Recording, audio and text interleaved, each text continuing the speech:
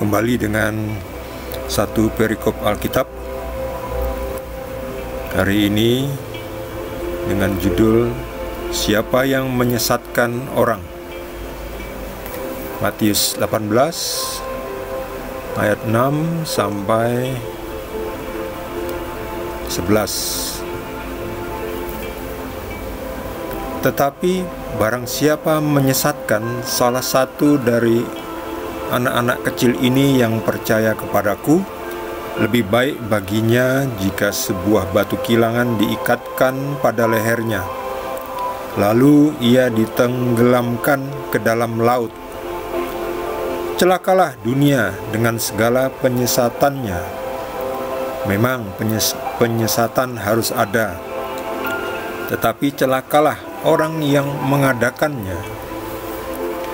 Jika tanganmu atau kakimu menyesatkan engkau, penggalah dan buanglah itu, karena lebih baik bagimu masuk ke dalam hidup dengan tangan kudung atau timpang daripada dengan utuh kedua tangan dan kedua kakimu dicampakkan ke dalam api kekal.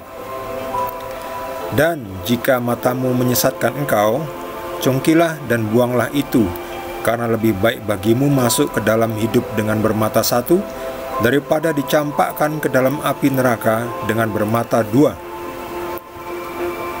Ingatlah, jangan menganggap rendah seorang dari anak-anak kecil ini, karena aku berkata kepadamu, ada malaikat mereka di surga yang selalu memandang wajah Bapakku yang di surga.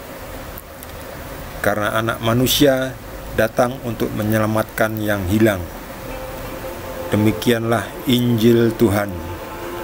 Terpujilah Kristus.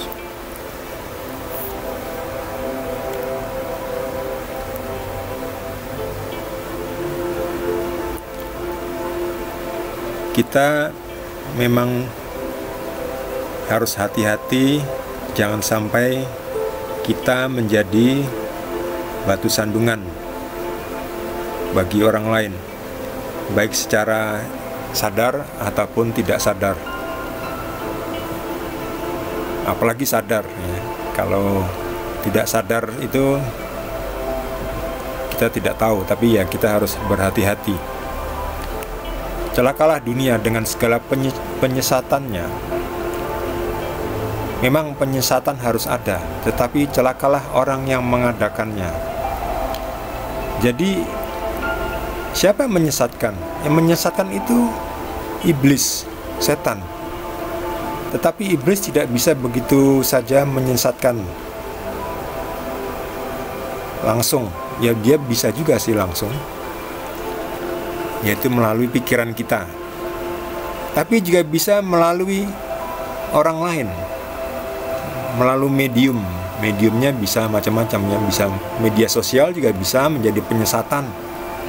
Jadi media sosial itu bisa menjadi alat yang baik, jadi alatnya Tuhan, bisa juga jadi alatnya si jahat, alatnya si iblis. Jadi iblis bisa menyesatkan manusia melalui apapun yang bisa digunakan. Media komunikasi bisa digunakan oleh iblis. Manusia bisa digunakan menjadi corong juru bicara iblis. Nah, celakalah mereka yang menjadi corong penyesatan yang dari si iblis itu. Jangan sampai kita menjadi antek iblis, menjadi kaki tangan iblis, menjadi corong pengeras suara iblis. Celakalah. Semoga kita segera sadar kalau kita ternyata atau secara tidak sadar kita sudah menjadi sarana penyesatan. Ya, kita harus segera sadar. Ini kita berdoa, kita meminta kepada Tuhan Yesus agar mengirim Roh Kudus menjaga kita, agar menjaga mulut kita, menjaga pikiran kita, menjaga perkataan kita, menjaga tingkah laku kita, tindakan kita. Sebab lebih baik orang yang menyesatkan itu dibuang ke dalam laut, karena itu bisa membuat hilang jiwa-jiwa, banyak jiwa-jiwa. Satu orang itu bisa membuat hilang banyak jiwa-jiwa. Satu orang bisa menjadi alatnya iblis, menghilangkan, menyesatkan, mencelakakan banyak orang. Jadi lebih baik satu orang itu dibuang toh, karena itu orang yang tidak berguna. Seperti kuman, kalau kuman ada itu kumannya harus segera dimatikan supaya tidak berkembang biak di dalam tubuh kita, akhirnya mematikan, menghancurkan tubuh kita. Kemudian Yesus di sini juga menekankan, jika tanganmu atau kakimu menyesatkan, penggalah, buanglah itu. Jika matamu menyesatkan engkau, cungkilah dan buanglah itu. Ini hati-hati ya, jangan salah tangkap. Jangan salah tangkap. Jangan lalu mata kita melirik-lirik sesuatu yang tidak suci. Ya, kita semua pernah melakukan itu ya. Melirik-lirik lalu langsung kita cungkil mata kita karena mata kita menyesatkan. Bukan begitu. Yang dicungkil itu pikiran kita. Sebab mata ini bisa juga dipakai untuk hal yang baik. Kalau dicungkil, lalu kita tidak bisa menggunakan untuk hal yang baik, padahal kita masih hidup di dunia ini. Tangan kita, kalau tangan kita ternyata melakukan tindakan pencurian, ya salah. Tapi jangan yang dipotong, jangan tangannya. Yang dipotong itu pikiran, niat, hati kita itu yang dipotong. Nah, tangan itu hanya perantara kan. Jadi sarana untuk melakukan tindakan jahat yang berasal dari hati, dari pikiran.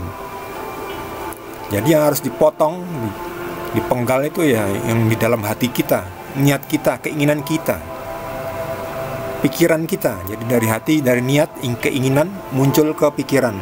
Pikiran tersalur memerintahkan tangan untuk melakukan hal-hal pencurian dan sebagainya dan sebagainya.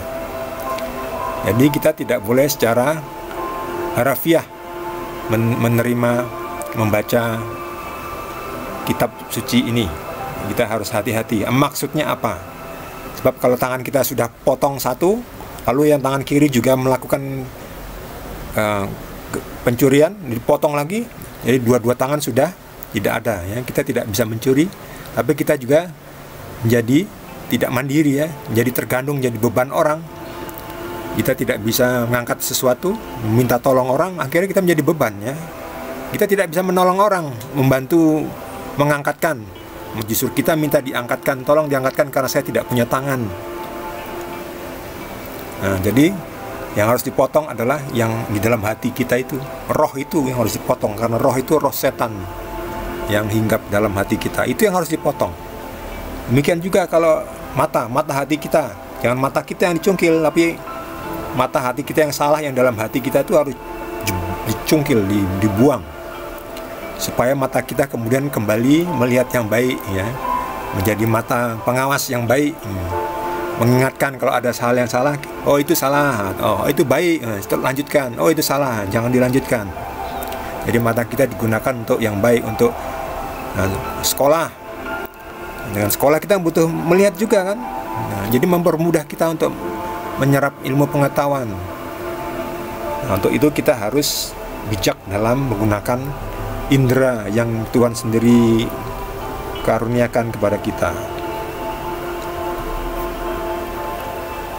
Jangan sampai kita menyepelekan anak-anak kecil, karena anak kecil itu memiliki hati yang murni. Ya, kalau orang dewasa itu ya hatinya sudah banyak tercampur oleh keinginan-keinginan. Dari keinginan-keinginan itulah muncul berbagai pikiran dan terwujud dalam tindakan. Itulah yang harus dipotong. Jadi kita harus menjadi seperti anak kecil dalam arti hati kita lembut, tulus, jujur. Anak kecil itu awalnya jujur, tulus, ikhlas. Karena Tuhan menciptakan manusia itu sempurna. dari rohnya. Tapi kemudian salah bergaul, salah didikan, salah pelatihan, akhirnya menjadi kurang ajar. Makanya jangan menganggap rendah orang yang seperti anak kecil juga, yang tulus, yang jujur. Kita sering meremehkan orang yang jujur, yang rendah hati, yang baik. Kita anggap sebagai kamu gak gaul. Nah, hati-hati, jangan sampai kita merendahkan orang-orang yang rendah hati, yang jujur, karena mereka memiliki malaikat di surga yang selalu memandang wajah Bapa di surga. Ketika memandang wajah Bapa, tersalurlah berkat-berkat itu kepada malaikat, lalu disalurkan kepada anak itu. Jadi mari kita hargai, kita hormati, kita syukuri keberadaan orang-orang seperti anak-anak kecil ini yang hatinya lembut, lemah lembut, rendah hati, jujur, ikhlas, niat baik, supaya kita pun mendapatkan berkat dari Tuhan melalui malaikat-malaikatnya yang diutus untuk menolong kita semua. Jika sobat Satu Perikop mendapatkan pencerahan dari Roh Kudus dan ingin berbagi dengan kita semua di sini, silakan ditulis di kolom komentar. Bagi Anda yang belum subscribe, jangan lupa di subscribe dan juga di like. Sampai ketemu besok di perikop berikutnya. Terima kasih. Tuhan Yesus memberkati.